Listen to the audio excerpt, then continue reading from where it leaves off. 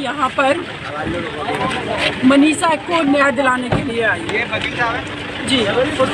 जिस बेटी के साथ इतनी दरिंदगी की गई, उस बेटी को जस्टिस दिलाने की जगह उसको पेट्रोल डाल करके फूंक दिया गया पुलिस के द्वारा। आप उस बेटी को बचा नहीं पाए।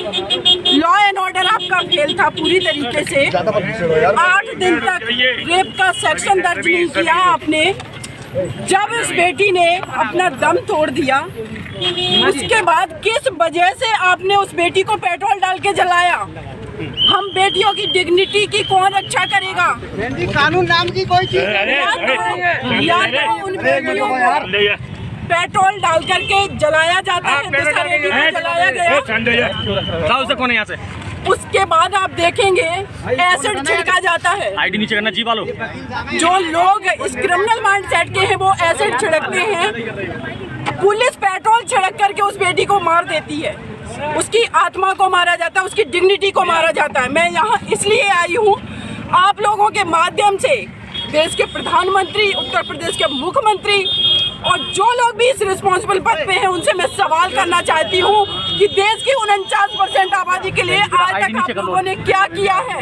आपकी क्या स्ट्रेटेजी है? बलरामपुर में जब तक ये दर्द कम नहीं हुआ तब तक बलरामपुर में एक और बेटी को दरिंदों ने खा डाला, उसके साथ बर्बरता की।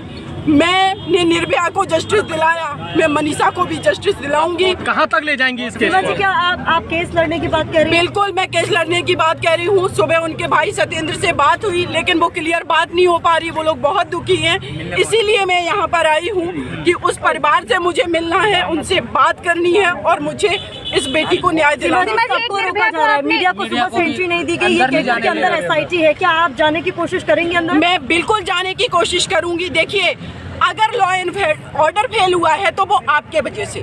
आप क्रिमिनल्स को नहीं रोक पाते हैं, आप उस बेटी को जस्टिस नहीं दिला पाते, वो बेटी की डेथ हो जाती है, उसको ठीक से ट्रीटमेंट नहीं दे पाते हो।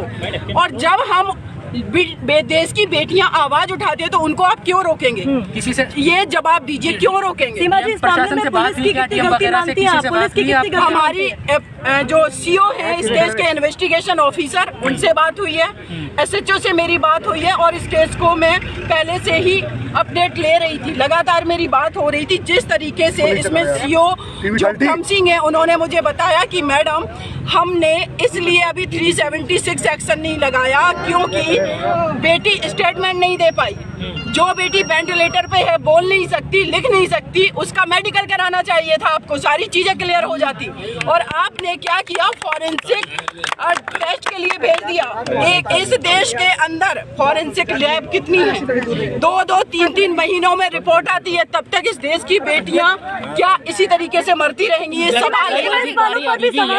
सीमा जी, जिस तरीके से उसका अंतिम संस्कार किया गया, मानवता का अंतिम संस्कार कहा जा रहा है, हिंदू रीति रिवाज में कहीं पर भी ऐसा नहीं होता कि रात के वक्त और आप इस तरीके से जल्दबाजी में अंतिम संस्कार कर दें। बिल्कुल। और देखिए, मैं तो आप लोगों को बताऊंगी कि हमारे देश के अंदर कोई भी व्यक्ति रिस्पॉन्सिबल पद पे है वो हमारे देश की बेटियों के लिए संवेदनशील नहीं है। क्योंकि अभी तक क्यों नहीं हमारे देश में कभी भी ऐसे कानूनी स्ट्रॉन्ग बने या फिर ऐसी कोई स्ट्रेटजी बना करके काम क्यों नहीं किया गया? ये आज सिर्फ मनीषा की बात नहीं है, पूरे देश की बेटियों की आइडेंटिटी की बात है। आप यहाँ पत्रकार हैं, मैं एडवोकेट हूँ, डॉक्टर, इंजीनियर, किसी भी प्रोफेशन की कोई महिला ये आज दावे के साथ नहीं कह सकती कि हम 21वीं सेंचुरी में अपने भारत में सुरक्षित हैं।